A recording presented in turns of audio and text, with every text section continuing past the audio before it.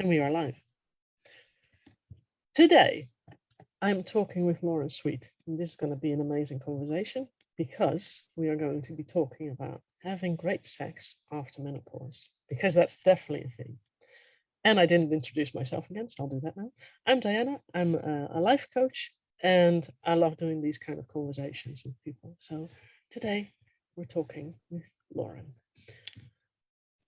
What's the best tip you have, you think?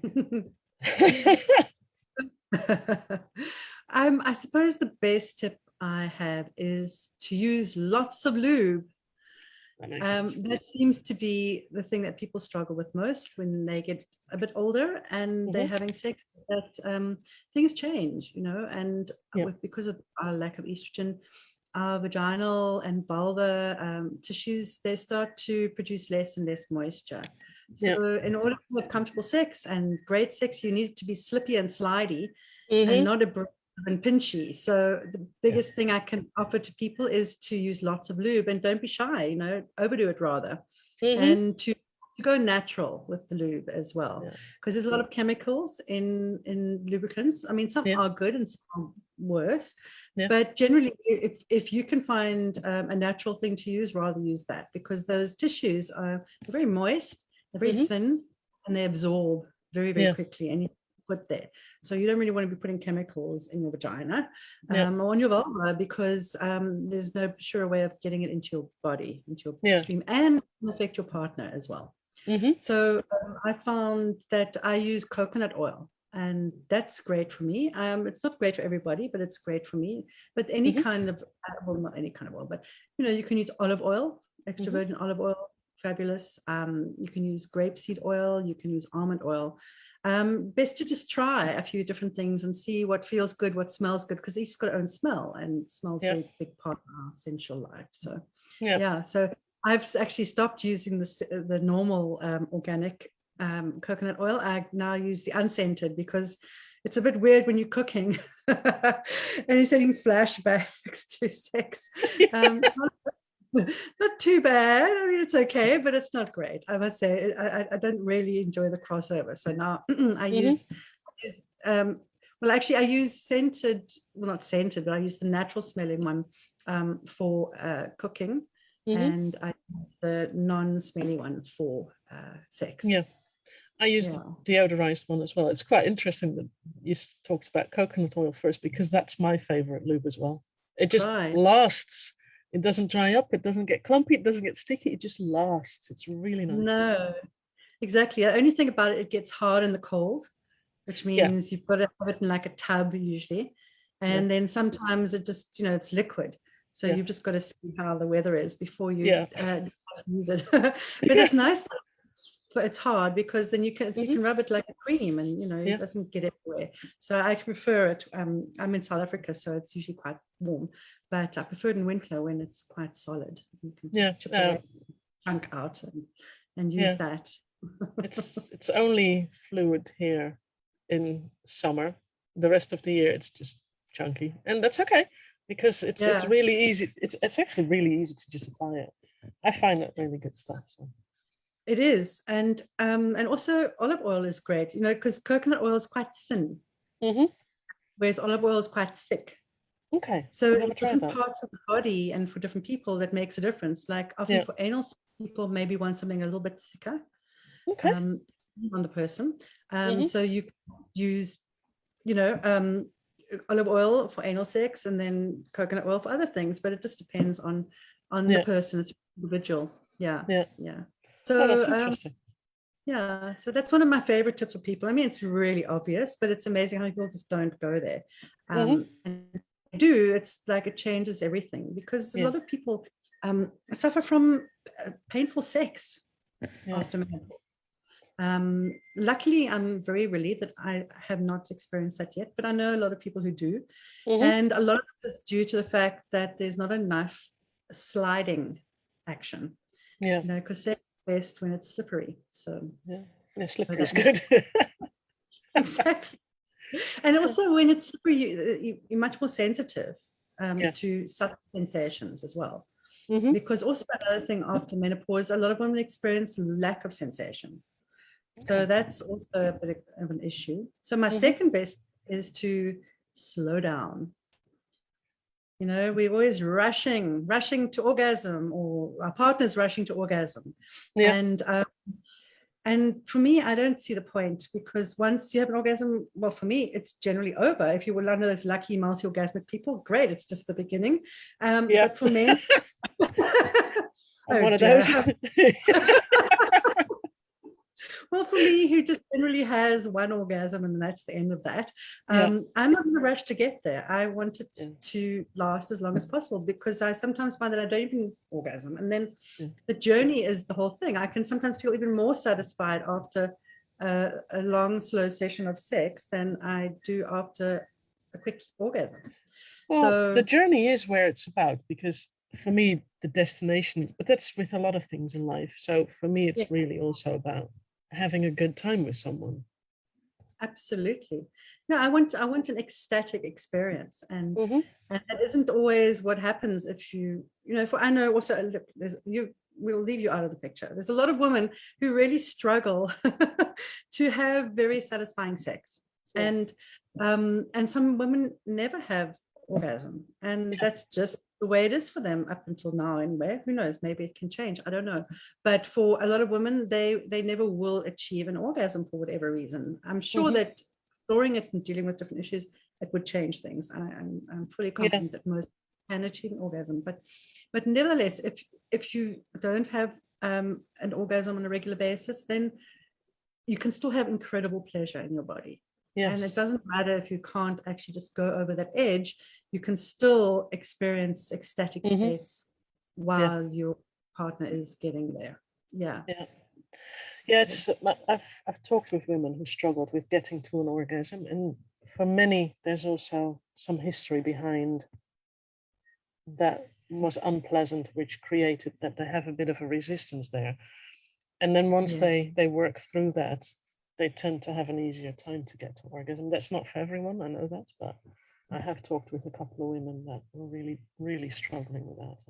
And that's not a very pleasant place to be in. No, I mean, you know, 1 in 3 women in the world have had some sort of, probably more than that, but that's just the latest thing that I checked up on again, checking up. But 1 in 3 women have had some sort of sexual abuse, sexual violence, sexual trauma. And there's many people who've reached menopause and past menopause, and they're still sitting with this ancient trauma that's stuck in the body, and they've never been able to get past it. They've never been able to have a decent sex life, and often not even a decent relationship, because that kind of trauma affects us in thousands of ways. You don't even realize how much it affects you, and how it causes you to do addictive things, perhaps, and to hide from life, and to not appreciate yourself, and to withhold pleasure from yourself, or to become a sex addict, because you know, in response, you know, there's 100 things that sexual trauma brings up for us in life, and unresolved sexual trauma is a very big indicator when you have a really lack of sexual interest. You know, after menopause, it's slightly different, but now is a time when you've got maybe time and the mindset to deal with it, because you're more mature, you've had more experience in life, and you realize that it's not going away. You know, I think most people hope I'll just push it down and it will disappear and I can get on with my life. But that's not how things work, as we know. And by the time you postmenopausal, you've got a good sense. You've often lived with it for most of your life, and you know that nothing's going to change, and nothing does change unless one changes. So it is a great time for women to start to heal from that, and then also to know that they can have a fabulous sex life into the future, because sex has no age. It just has no desire. But a desire sex life, even if you don't desire the sex, because there's something. The thing about sex is that it's our vital core energy. It's a we have that creates more life. It's like our godliness, put it that way, and that we have ultimate power. And even if you don't use sex for procreation, you've still got this energy running in your body, and it can help all areas of your life. It can help to heal you, it can help your relationships, obviously, it can help your creativity, it can help your work, it can help every single part of your life. So when we shut down our sexuality, we also tend to shut down our sexual energy. And that also creates a lot of issues of its own. It can. But if you, even unconsciously, you're using that energy all the time, that's amazing. But when you start to focus on your sexuality, you definitely get in touch with that coursing life force. It's incredibly vitalizing, and especially as you're older, because, you know, things get dull and slower and our bodies are different. And a lot of people lose that zest for life. And I get that. But you can work with it and get that back to a certain extent, if not totally, and create, you know, open up a whole new chapter for yourself. There's no reason why women after menopause can't enjoy a healthy sex life on a physical level. There really is no reason. Even if they've got issues, they can get help for almost everything. I mean, a lot of women lose the desire for sex because of the hormonal shift. But I think a lot of that is also, you know, when we're young, we feel this juicy turn on horniness coursing through us, and it's like this bubbling up inside. It's like this power inside of you, like a pressure in. We can do almost anything. It makes us crazy to kind of relieve that. And as the older you get, the less of that feeling you get. And so a lot of women, they'll wait to feel desire before they have sex. And for most women, they are responsive in their sexual desire, as opposed to spontaneous. So if you're spontaneous, like you feel this urge and you act on it. When you're responsive, you wait for something to activate that desire in you. So especially when you know, past menopause and there's not a hell of a lot of this natural desire flowing through the body. A lot of women think they've lost their sexual drive completely, but I think, you know, the thing is to not to wait to feel turned on before you have sex, is to start having sex, and then the act of that fuels your desire. And that's why I say slow down, because anyway, most women need a lot longer, about 4 times longer than a man, to be ready for penetration, if that's what you're having. And some people need even longer. And now after menopause, you may need even longer. So the thing is to slow down and allow that desire to build. You've got to work with your partner. Your partner's got to work with you. And if all they want is a quickie, they're probably not going to get that from you anymore. But if they're willing to come on board with you and you can make this into a fun exploration, and slow things down and really get into your body and feel everything instead of being in your head, come into the body. It's a glorious thing. And most people will feel the desire for sex while they are doing that, not before. Don't wait. Don't wait, and don't think that it's gone. It hasn't gone. You just need to, you know, fuel it and support it and do things to get your desire flowing again in your body. And and use lube while you're doing that. You can use lube even not having sex. You should put some there so that the moment anything happens, the moment there's any touch, you lubed up. Because I promise you, I've seen, I mean, like, I don't know, I watch porn every now and again, and I see, and there's touching, and there's these dry vulvas, and I just think that woman is not having a good time. It doesn't really matter. And don't wait until you start to lubricate, because you might not. And just make sure that you've got a lot of lube there, and your enjoyment, even if it's not the best thing in the world in the beginning, but just get in touch with the enjoyment of having your body touched and caressed, even if it's not an orgasm. Doesn't matter. There's still a lot of pleasure, and it stokes your sexual energy, which then flows out long after the sex is over into your world. And you'll feel a lot more alive. And even if you don't have a partner, you don't have to wait for somebody to have sex either. You know, there's much more about sex than penis and vagina. So even if you don't need any penetration, or you can, it doesn't matter, but you don't need another person to explore your own sexual energy. In fact, menopausal and your body's changing, you should actually start exploring your body on your own again, if you haven't for a while, or maybe you never have. But that's the only way to really find out what's going to work for you, and then you can share that with your partner if you've got one. But it's really a good thing to do is to explore your body on your own and experiment and be curious, be eager to find out what's going on for you, and to experience new sensations, or redo your understanding of your body, because it's most likely a bit different now than it was before menopause. Yeah, I've heard a couple of women who are postmenopausal say that for them it became better despite that it was slower, because the risk of pregnancy was gone. So they felt so much more free to just do and could spend so much longer, because that freedom was just amazing for them to feel. I can understand that thought. Yeah, definitely. There's a lot less to worry about. And often people who are postmenopausal, they don't have children living on top of them. I mean, sometimes they do, but there's more space. There's no, there's no pregnancy. And if you've got a regular sexual partner or mate or husband or wife or whatever, then, you don't have to worry about STDs either. But, don't forget about wearing condoms until you get to know a new sexual partner, because that's people forget. No pregnancy, fabulous, unprotected sex, but no, not yet. Wait a little bit. There's still other stuff. You still need to be sure that you're not going to pick anything up. So that was the reason then to use a condom and not birth control in any other form. Yeah, condoms are definitely a thing that's recommended for STIs and things like that. So that makes a lot of sense to stay on top of those for a while.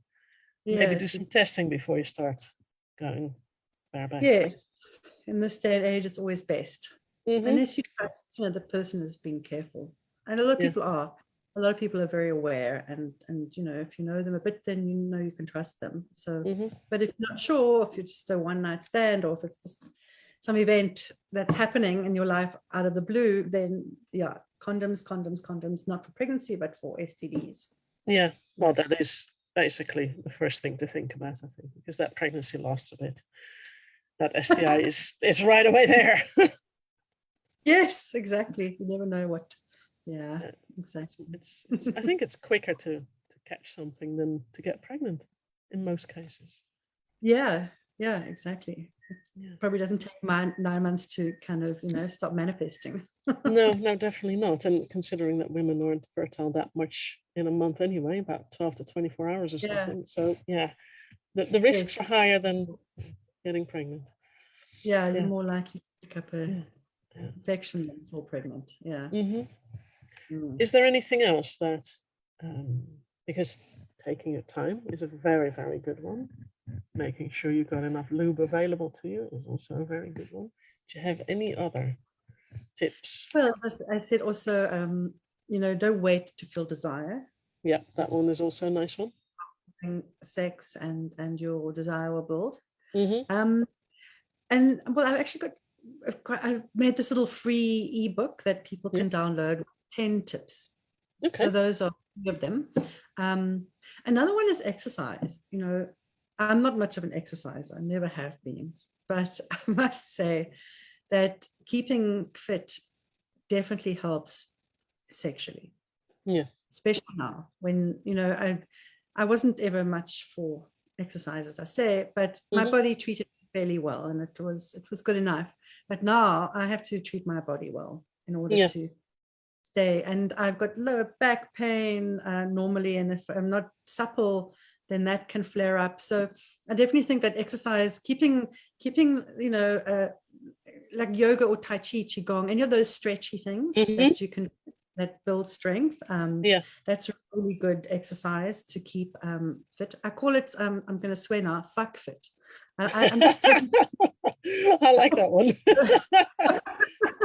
I'm not wanting to enter competitions or go climbing up too many mountains. I just want to be able to have sex without worrying about my back giving out, or not being able to maintain a certain amount of ease. So what works for me is walking. I love to walk, and it doesn't have to be uphill, but it often ends up, because I live in quite a hilly place, but walking is really good because it just keeps the mobility. It sort of brings like an energy into the body that's really helpful. And I find walking is good, and I do Tai Chi and Qigong, which I've done for many years, and that I find keeps me supple. But belly dancing is what I want to talk about. Because belly dancing, I've heard about that. It was apparently kind of invented or began because to help women give birth. So it's all about the pelvic region, all about getting that core energy going, that strength going. That when you do belly dancing, you just find your whole body sort of becomes much more feminine and strong and sensual, and it starts to change the way you stand, the way you hold yourself, the way you move, everything.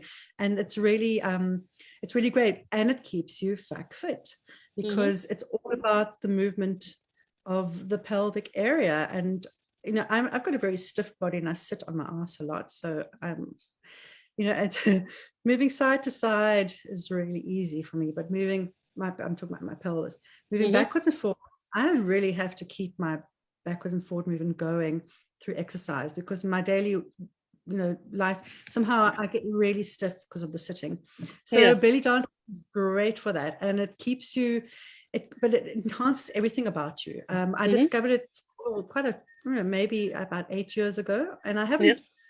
I know every year, I don't know, every year, I do it and then I stop, and then I do it and I stop, but I keep getting incrementally better and better all the time. And it gives you, it's wonderful for a sense of presence in the body, and that feminine, it makes you just, I don't know, there's just something about it that makes me feel incredibly sensual. And, there's exercises like with Tantra, etc., that even promote that kind of energy in the pelvis. And I find that doing belly dancing, it just happens naturally from doing the movements. That's cool. I live in a tiny little village, quite far from places, and so there's not a lot of belly dancing classes around. In fact, I don't think there are any. maybe a bit further afield, but there's nothing like that here. There is Tai Chi and Qigong around, which is great. Yeah, and of course there's everywhere. So I go onto YouTube and I try all sorts of things on YouTube, because I get bored really when it comes to exercising. So, get out there and find, practice with a whole lot of different people, find out what's good. The world is your oyster as far as finding exercise regimes. If you're at home and doing all this COVID nonsense, it's quite helpful. But I think, when you feel fitter and present in your body, because I'm never going to be very fit, and I don't care anymore.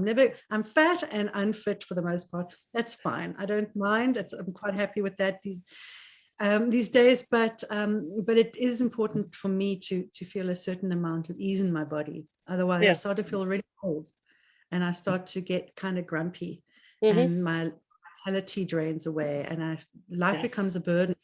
I know that when I'm fit or fitter, it feels good to be alive. You kind of like stand on the earth and go, okay, I'm here, bring it on. And when I'm feeling weakened and I'm not feeling energy in my body, things become really hard, and even just getting up in the morning becomes a burden.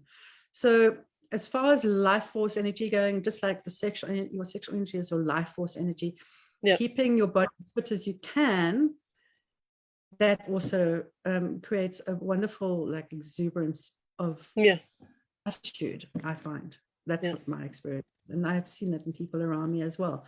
So so another thing is to be fit, and to and to find something that you love. I'm not one for suffering if I can possibly help it. Life is hard enough.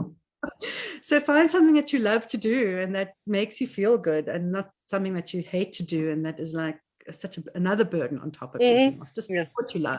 You'll find something. Swimming, walking, anything. There's so much. There is a lot that you can do, definitely. There's all sorts of classes and everything in many, many places. Maybe not in the tiniest of villages, but then there's YouTube. So exactly. You can start your own group. That's also something that's possible. I've lived in a small village where it was a group of people that would just come together to do some yoga on a field somewhere, and that was also quite nice. I love that idea. So there's no excuses anymore not to find something that you I mean, sex itself can be quite a workout, but that's not usually my experience. so it just depends on where you are. You know, when you're younger, I don't know, there's a lot more bouncing about and ups and downs and all over the place. But now, you know, not as much. So you can't rely on the sex for the workout, but you need the workout for the sex. And that's how. So far, who knows? Things change. Yeah. Things do change. Yeah, exactly. Cool. This was really interesting. I really enjoyed it. Is there anything else that you would like to add before because we've already been talking for about 25 minutes now, so it's been going really quick. Good topics. just to say, I know that you got a lot of things about coaching on here, and I'm putting myself out now as a sex and relationship coach, because I've been dealing with people. I've been a shamanic healer. Well, I'm a shamanic healer and an astrologer and EFT, emotional freedom technique practitioner, and all of those things. And now I'm like really getting into the coaching world, because there's just so much that one can do and help people. But the one thing I've normally dealt in the past, my focus clients really are women with eating issues, body issues, shame issues, and usually that comes along with some sexual abuse issues. And so I just want to say again that if you have if you've experienced some sexual abuse, you know, you can recover, you can heal, you can grow into the beautiful, sexy soul that you actually are, and let that go, release yourself from that. And that is the most important thing, you know, that you can do for yourself, for your life, and for your sex life. So anyone who wants to contact you, can they contact you on Facebook, or how would you? You know, I'm still setting all of that up because I've got my old things going, but I will put a it's going to my website is sexysoulcoaching.com. So in about a week's time from today's date, I should, if not even before, I should have something. And I've also got a freebie that I'm going to give you the link to after we finished. Okay, I'll put that in the notes. Yeah, I mean, it will be, there's like 10 tips. We talked about 5 of them, but there's about 10 that I've got in this little ebook. You can go and check them out and see if they're helpful. And I'm sure that they're helpful to you even before you hit menopause. It doesn't matter. This is just like really helpful after menopause, but any of these are applicable to anybody almost at any time. So, you know, you don't have to be menopausal to enjoy them. I think slowing sex down at any age is a good thing. It's good. Definitely good. Yeah. Just makes it last longer. It's fun to do so. Yeah, it was so much good. I mean, it's like eating a bar of chocolate. I never want to shove that whole thing in my mouth. I want to make it last. Bit by bit. I'm all about the pleasure, I'm afraid. Bit of a hedonist. But I think that it's that pleasure makes me feel happy to be alive. So whatever it takes for anyone to feel happy to be alive, yep, I'm all for it. Cool. Right, I'll make sure that your contact details are with the video. So I'll edit everything so that people can find you. And I really enjoyed the conversation. Oh, thank you very much for joining me today, because this was really Thanks for inviting me. Yeah, you're welcome. And maybe we can do it at some other point again. That will be interesting. When you have something interesting about it. Something new to share. Something revolutionary. That would be great. It would be. All right, then. Thank you very much. Thank you. Until some other time again. Okay. Ciao. Bye-bye, people. Bye.